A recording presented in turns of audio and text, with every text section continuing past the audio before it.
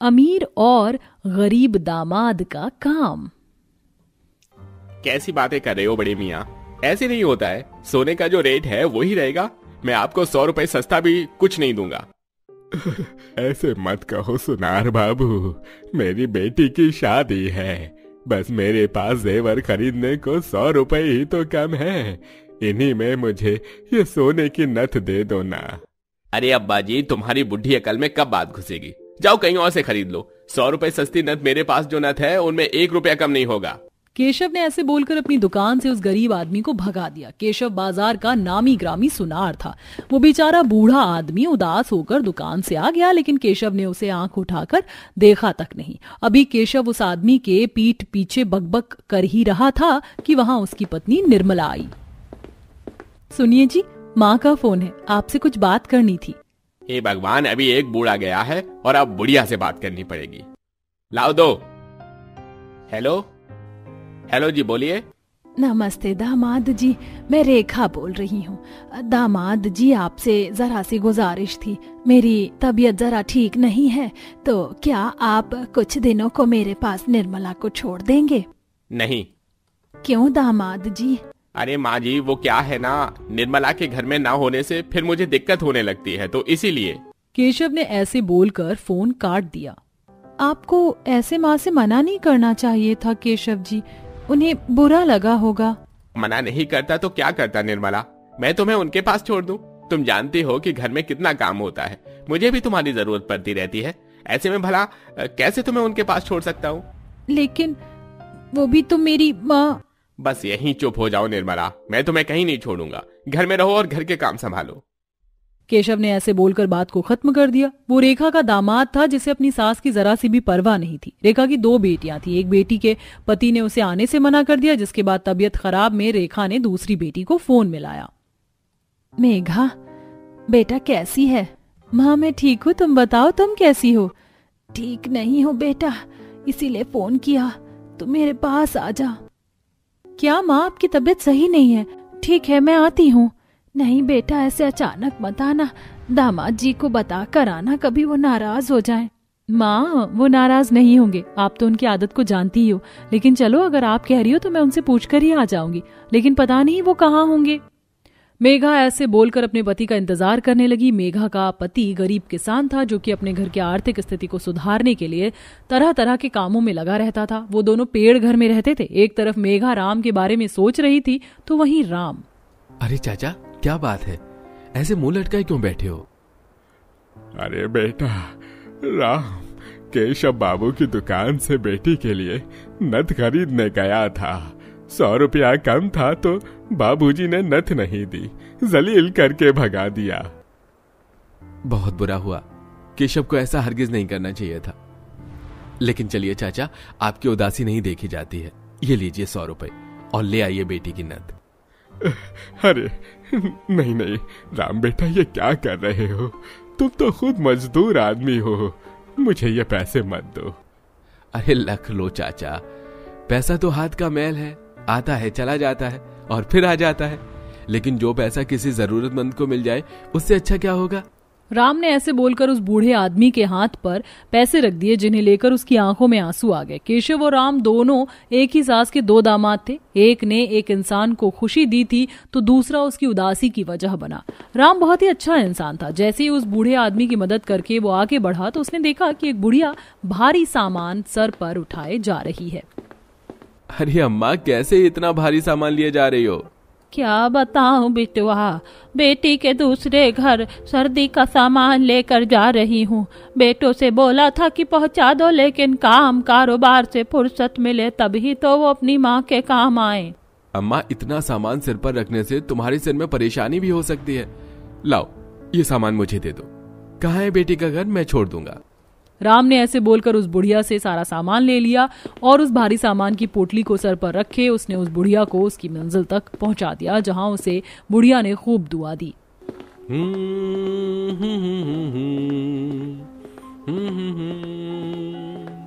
जीने का नाम ही दूसरों के लिए है।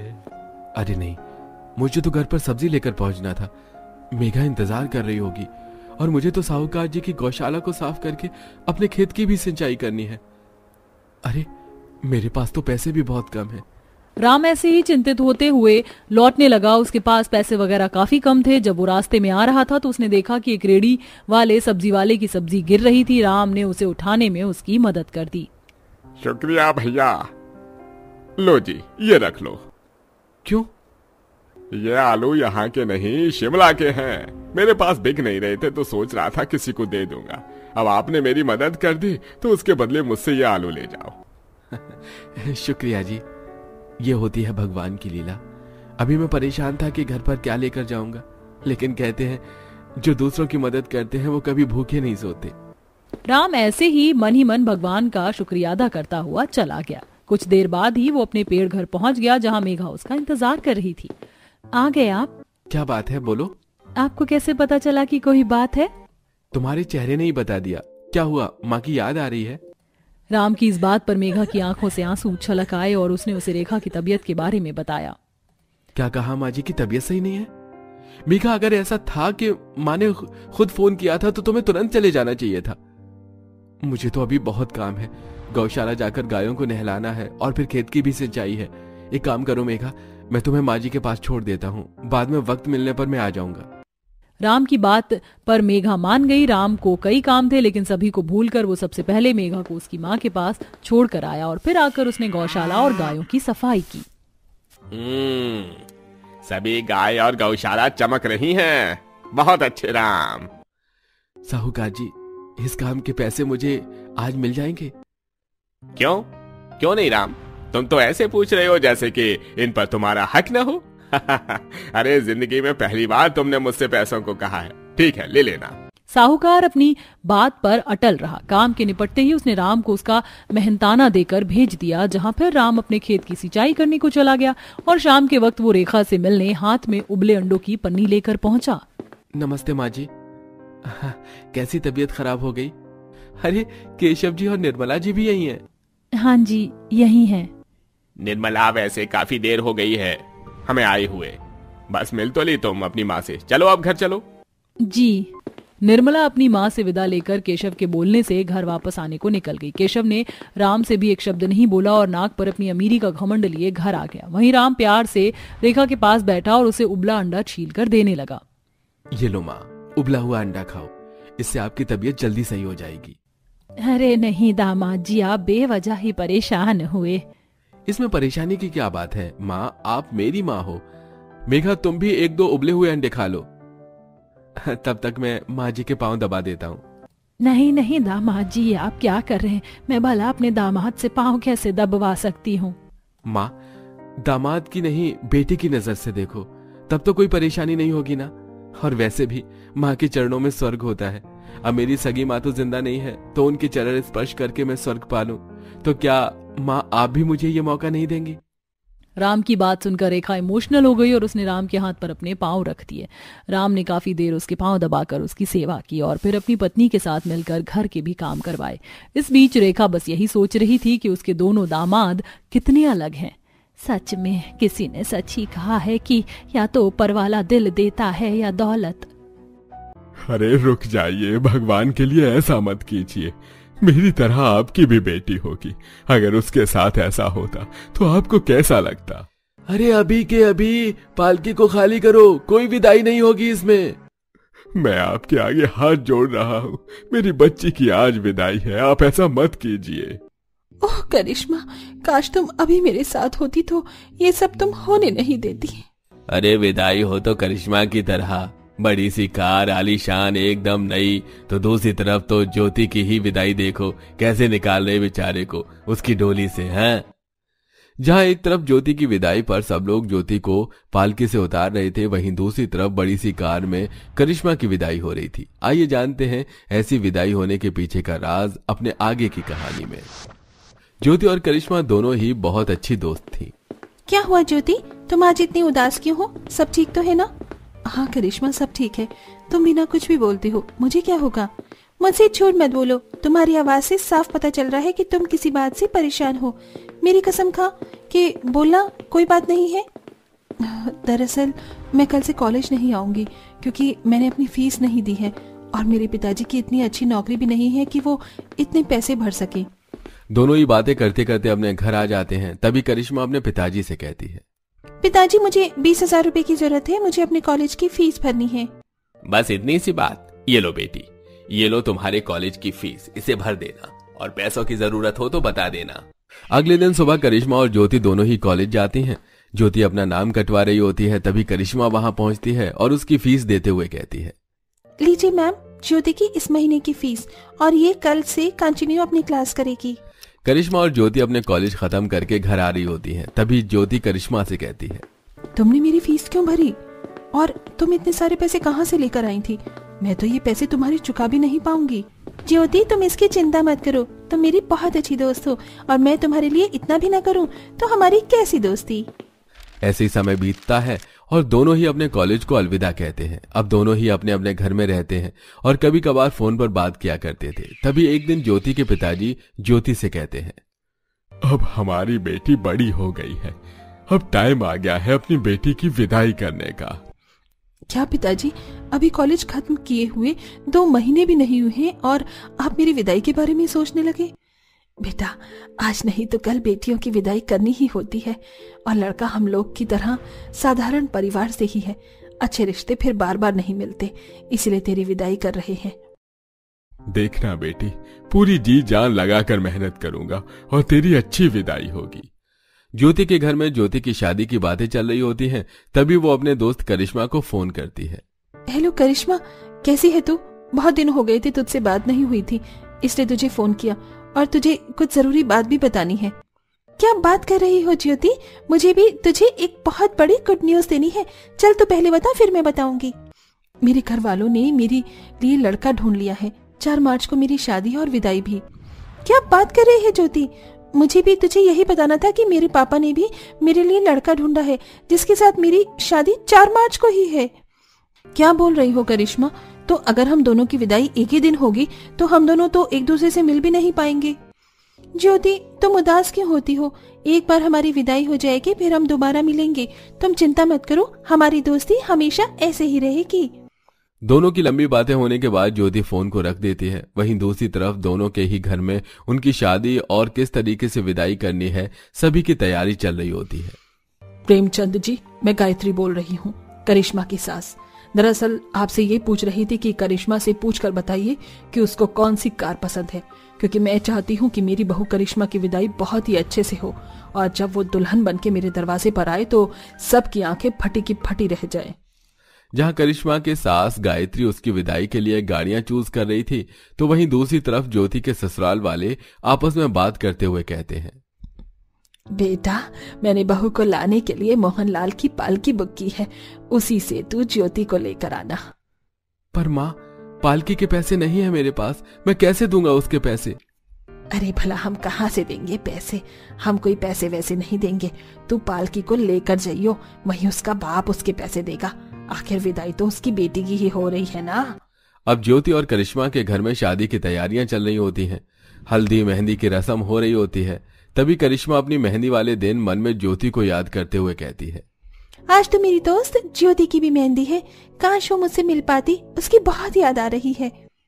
ऐसे ही दोनों की हल्दी और मेहंदी की रस्म खत्म होती है और 4 मार्च का दिन आता है, जहां दोनों की ही विदाई थी।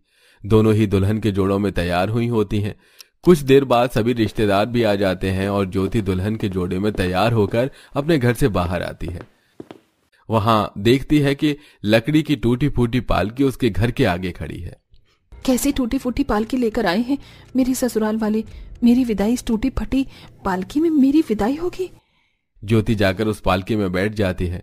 ज्योति के पालकी में बैठे अभी कुछ ही देर हुई थी कि तभी पालकी को ले जाने वाले लोग वहां आ जाते हैं। अरे पालकी को ले जाने का टाइम हो गया, दुल्हन को पालकी से अभी के अभी नीचे उतारो। इस पालकी के किराए के पैसे भी नहीं दिए हैं, पहले तो पैसे की भरपाई करो भाई। अरे ऐसी कैसी विदाई कर रहा है राम प्रसाद अपनी बेटी की, इससे अच्छा तो पैदल ही भेज देता। बताओ कितनी बड़ी बेइज्जती है। राम प्रसाद अपने सिर की पगड़ी को पालकी वालों के पैरों पर रखते हुए कहता है, भगवान के लिए ऐसा मत करिए, आज मेरी बेटी की विदाई है। अगर आप लोग ऐसा करेंगे तो भरे समाज में मेरी बेटी की इज्जत खराब हो जाएगी। अरे कोई विदाई वगैरह नहीं होगी। अगर विदाई ही करनी थी तो पहले पालकी के पैसे तो देने थे। पहले पैसे दो और तब विदाई करो। मैं आपके आगे हाथ जोड़ रहा हूँ, मेरी तरह आपकी भी बेटी होगी। अगर आपके साथ ऐसा होता तो क्या आप ये सब देख पाते? भगवान के लिए ऐसा मत करो, आज मेरी बेटी की विदाई है। जहां ज्योति को पालकी से उतारा जा रहा था, वहीं दूसरी तरफ करिश्मा दुल्हन के जोड़े में अपने घर के आगे खड़ी होती है, जहां बहुत बड़ी कार उसके ससुराल वाले लेकर आते हैं जो फूलों से सजी हुई होती है। करिश्मा दुल्हन के जोड़ों में उस कार में बैठती है। शादी में आए रिश्तेदार कहते हैं, अरे कितनी रईसी वाली विदाई है ये देखकर तो हमारी आंखें फटी की फटी रह गई।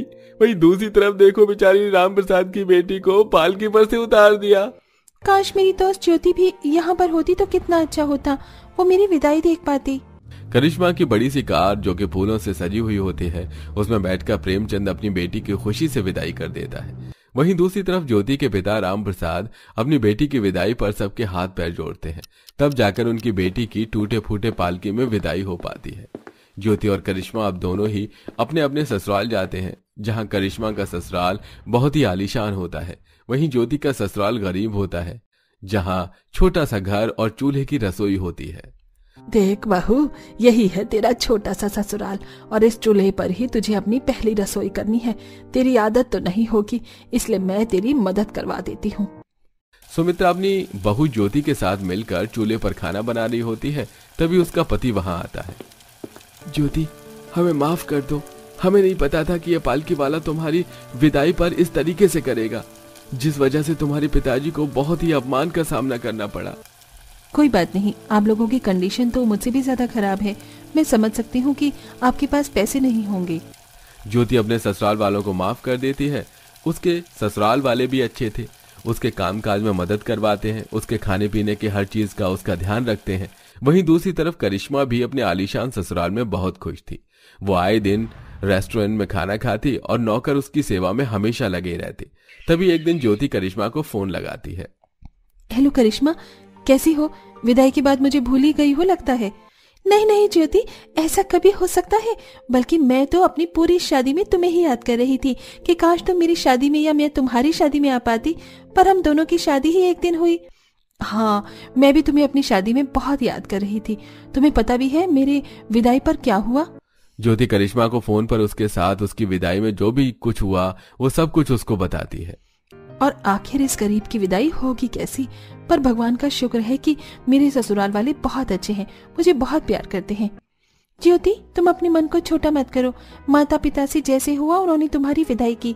चलो, अच्छी बात तो ये है कि तुम्हें तुम्हारा ससुराल तो बहुत अच्छा मिला है। मैं भी अपने ससुराल में बहुत खुश हूँ। ये लोग बहुत अच्छे हैं, मेरा बहुत ख्याल रखते हैं। अब दोनों ही अमीर और गरीब सहेलियों की विदाई होने के बाद वो अपने अपने ससुराल में खुश थीं।